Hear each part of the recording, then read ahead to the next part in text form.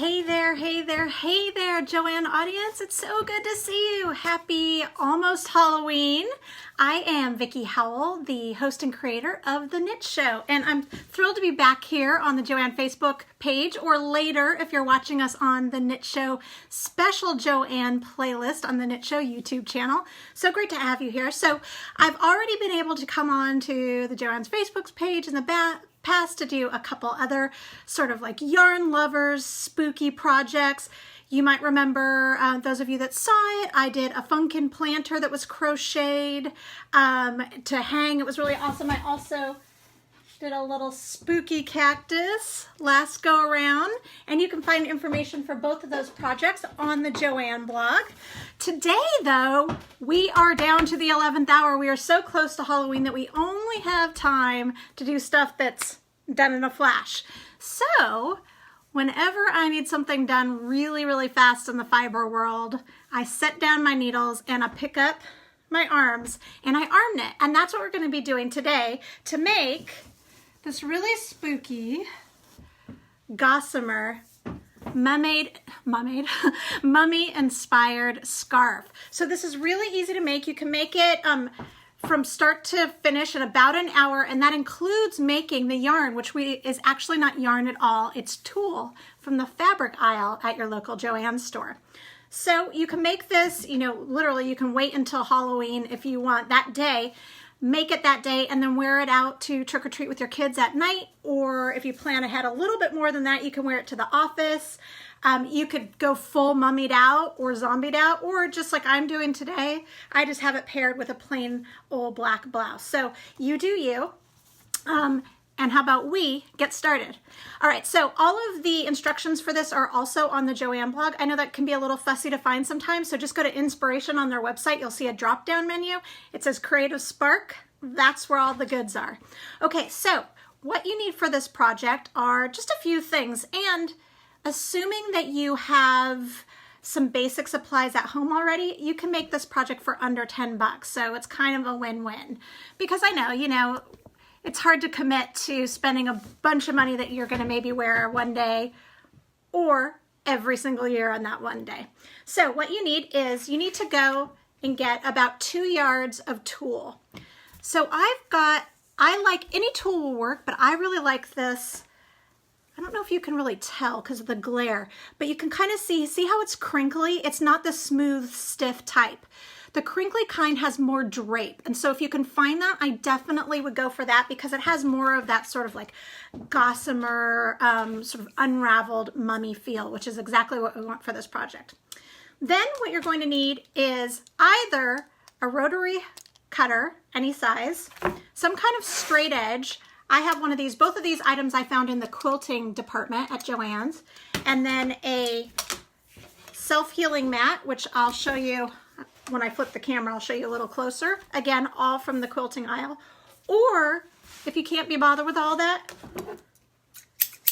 plain old fabric scissors will work. But make sure that you have a solid pair of scissors so that you can get through the fabric. So what we're going to do first is we're going to make the yarn, and then I will dive into the arm knitting tutorial.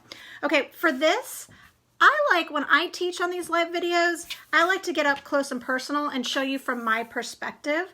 So I'm going to go ahead and flip over the camera. The downfall to that is that you see my messy studio as I'm turning the camera from front facing to back facing. So if you will just talk amongst yourself, and maybe in the comments section while I'm flipping things over, you can tell me what projects for last minute costumes that you're making or that you've made in the past. Also, if you like this video, please remember to like and share. Sharing is caring, and especially us at the Knit Show. It's all community-based, so we rely on you to spread the word. Okay, I'm going to flip it over right now, and I'm going to show you first how we get started on making our tulle yarn. So go ahead and talk. And I'm going to flip. All right, so earlier I mentioned the self-healing mat. This, in case you're not familiar with what those are, they're really just to protect both your blade and your surface. So you don't want to cut into your table with a sharp blade. And also, it would dull your blade as well, even if you were willing to destroy your table. Okay, so you just want to lay out your tulle. I've found that it's easier, unless you have a ginormous space, to fold your tulle into, you know, thirds or fourths. It really doesn't matter. And I'd like to first emphasize that this process does in no way needs to be meticulous. Because we're working on a project that's supposed to emulate the mummy look, it should be sort of ragged and rough. So don't worry about lining up the edges perfectly. It really, really doesn't matter. Okay, so you want to lay yours out and then go for about 1 inch. Again, don't worry about being right on the nose. I'm going to move some light for you a little bit because, like I said, it's not going to really matter. So I'm going to just cut through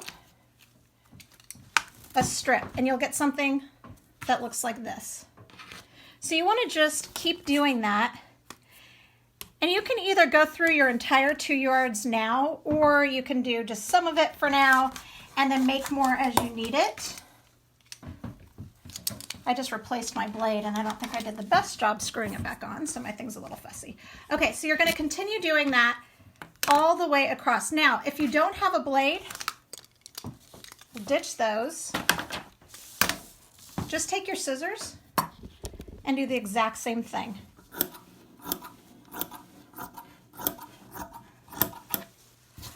I like that the self-healing mat has the little grid lines so I can kind of gauge how wide I want them, but since we've already decided that we don't really care, we don't have to worry. So you would just continue that until you have a whole mess of mummy strips that looks like this. Okay, so I'm going to flip the camera back around. All right, so from there we've made the initial portion of our scarf, or excuse me, of our yarn. But from here, let me adjust the camera just ever so slightly. What we need to do is we need to turn it into a continuous strand. Now, again, because we don't care what it looks like, all we're going to do is knot. In fact, I encourage you to have long strings like this because it adds to the overall effect. What's cool about this is that you won't have to do any fancy stitching or maneuvering to get this to look spooky, because all of this sort of like rough work that we're doing now kind of does a lot of that for you. So all I'm doing is a plain old knot, which is a lot easier to do if you're not tying up in the air like I am. Okay, so you can see, hot mess. I'm leaving it like a hot mess. Let me see if I can angle this down a little bit for you. Okay, so you're just going to continue doing that, and you would just go through your entire pile. Again, just to repeat, I'm not doing any fancy knot at all. You just want to get the job done, right? So you're just going to tie it together.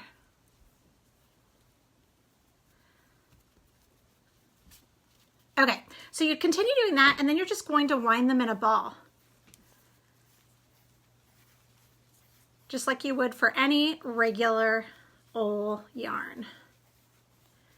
And once you're satisfied with the amount that you have, and again, because we're only tying on, if you run out, all you have to do is just tie another piece on as you get to it. So it's super low stress and easy. Okay, I'm gonna move my supplies out of the way. So that's all there is to it, to making the tulle yarn. Super easy and really cost effective. Joann has all these great, I don't know if you have the Joann app, but they've always got a coupon. And so I think that it was definitely under $10 for 2 yards. And honestly, I probably won't even use the full 2 yards. It really depends on how wide and how long you want. Now I just did sort of a, I would say that this scarf stretches to be about 7 inches, but you could do a full-on wide wrap if you wanted, which could be really cool too if you wanted to sort of have that draping over you, all creepy like. Okay, so now that we've made our yarn, let's go ahead and get started with the arm knitting. All right, so some of you may have seen the video that I did years ago for Joann for YouTube, where I taught how to arm knit.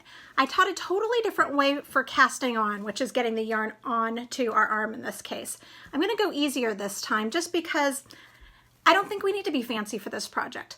I do, however, think that it might be a good idea for me to flip the camera again so you can see. But first I wanted to show you that I'm just starting with a strand. Leave a tail maybe about 9 inches, doesn't have to be perfect, and you're going to make a slip knot. To make a slip knot, you just make a little loop-de-loop, like a little cursive E, and you take the strand that's on top and you push it through, and that's your slip knot. I think that it's easier to learn from my perspective, for your eyes to be from my perspective, so I'm going to flip the camera and show you again how to do that. All right, so this is the same slip knot that you would do if you were crocheting or some methods of casting on for knitting.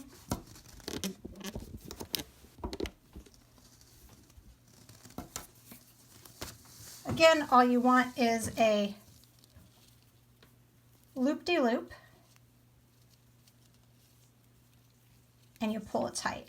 And for some reason, the app that I've used today is not showing me your comments. So if you do have comments or questions, please just go ahead and put them in the comment section, and I will, after it, go through all of them and answer your questions. Okay, once you have the slip knot, you want to put the loop onto your non-dominant hand. I'm right-handed, so I've got it on my left-handed. From here, we're going to just make more loops. So we're going to make that little cursive E. You'll know that you've done it right if you've got the X. You can see the fibers crossing. And you're just going to slide that loop right onto your wrist. So now I have 2 stitches. For this scarf, I believe that I did 4 or 5. You do it as much as you want to make your scarf as wide as you want. And just know, it's not going to be the perfect width for, you know, your width may vary from mine. It depends on how big your wrists are.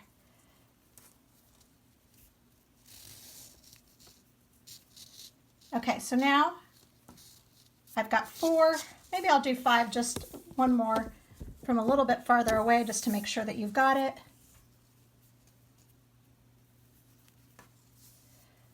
All right, so now you've got your stitches cast on. And that means that it's time to start arm knitting. To do that, all you need to do is transfer the loops from one hand onto the next hand. So we're going to take our working yarn, which is the yarn attached to the ball, and we're going to push it through the loop on your left hand. So you can see that new stitch being made. Drop the old one and place it on your right hand. And now at this point, you're going to be thinking, you are crazy, because it seems kind of like you have handcuffs on. If that's how you feel, you know you're doing it right. Okay, so push the yarn through, pull up the loop, transfer over, let it drop off.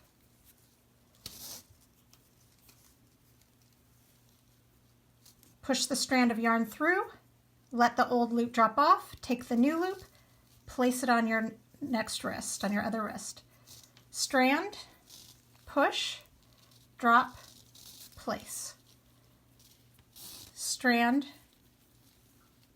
push, drop, place. Okay, so you've worked one row now, and I know that because this hand's free and this hand's not. I'm going to do a little flip around again so that you can see from the opposite perspective, just to make sure that you've got it the way that's going to work best for you. You got a little sneak peek of my lights in the background. Okay, so you can see already I've done one row and I've already got a little bit of fabric created. All right, so from here, I just need to get the loops from now my right hand onto my left hand. So I kind of just lather, rinse, repeat. So I'm going to take the strand, pull the loop, pass it over.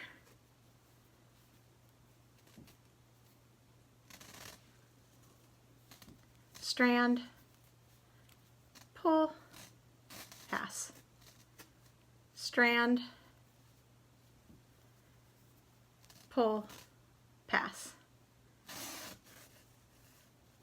Strand, feed it through. You can grab, and when you're going this way, it's even easier because you can grab that strand with the opposite hand and pull it through and place it on your wrist. Okay, now I'm going to do it a third way, still the same thing, but I want you to see it from every angle possible. And you can see already it looks like it's all spider webby and like droopy and stuff. It looks really cool already. Okay, so Again, I want to get these loops from this arm to this arm. So I'm going to push the working yarn through, grab my new loop, place it on here. Now for you knitters out there, don't worry at all about your stitches being twisted. It does not at all matter for this project. So as long as you get your working yarn through the loop, then you're doing right.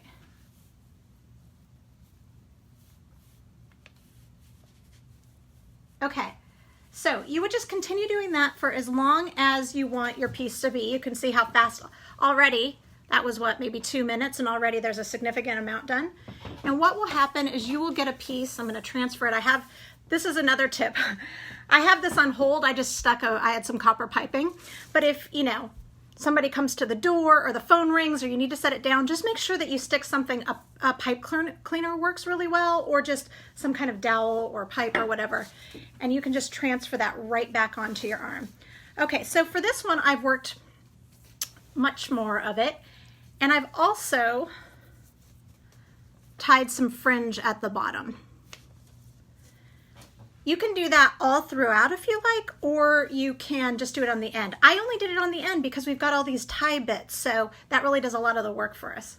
I just wanted to show you though how you would actually get the yarn off your arm. So once you're ready to finish it off, you're going to continue as we did before,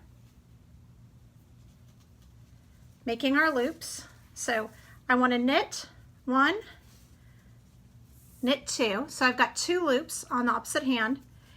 This time though, I'll take the loop that's farthest away from my fingers and slip it up, over, and off. That's called binding off 1. So then I'm going to knit the next stitch so that again, I have 2 loops on my hand. The one farthest away with my fingers, I take it and I slip it off. And you continue that all the way across.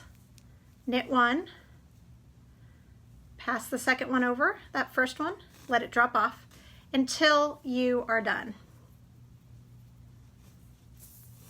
So you'll have 1 left. You'll just take your scissors and you'll feed the end through, and that's all there is to it. And then as just a quick refresher for adding fringe, honestly, again, because how you're working, as long as you just tie some pieces on, you really don't have to be fancy about it. But what I like to do is get a couple pieces. This one's long, so I'll probably just go ahead and cut it in half. I like to double them. And then take my end, and you'll see how you've got really noticeable holes, right?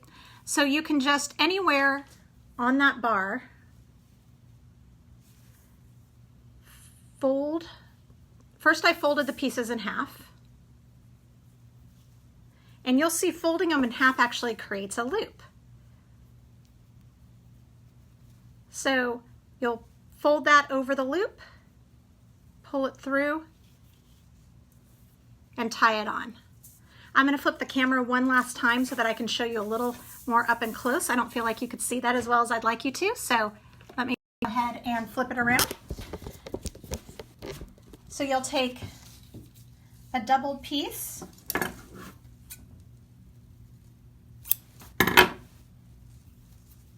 you're going to fold it in half, you're laying your scarf out,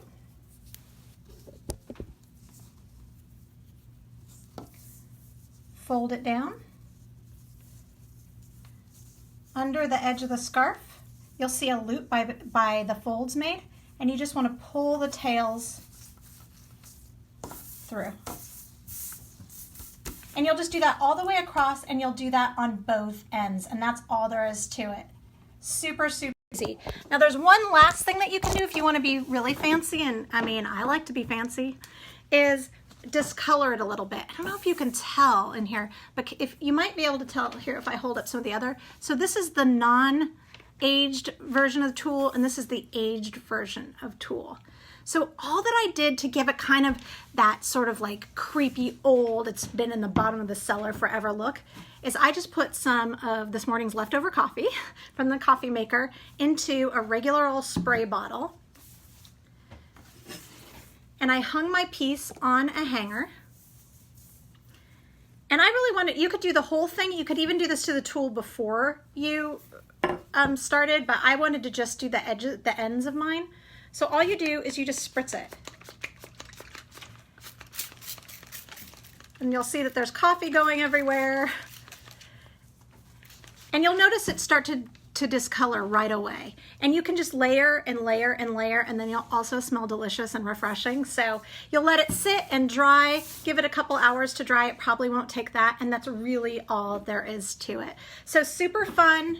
You can see it hangs and is really drapey. You could do all kinds of fun stuff with it. If you go over and look on the Joanne blog, you'll see we also sort of, you know, added to the costume by putting just a plain old novelty wig, gray novelty wig on, and some just sort of like basic, you know, ghosty makeup. And it was a really quick, easy, fun costume that, again, you could do to take your kids out trick-or-treating or wear to your office party, or really just to answer the door to hand out candy, all that good stuff. So you can find the list of materials and instructions over on the Joanne blog. And again, you just go to joanne.com and you'll notice that if you click on inspiration, that there's a Creative Spark link, and that is where the blog is. So do that, and you can also find my other Halloween projects over there. And for other inspiration, especially for you knitters or crocheters, don't forget to check out The Knit Show with Vickie Howell on YouTube or found on theknitshow.com. As always, it's been a pleasure. Have a happy, safe Halloween, and don't forget to hand make. Bye.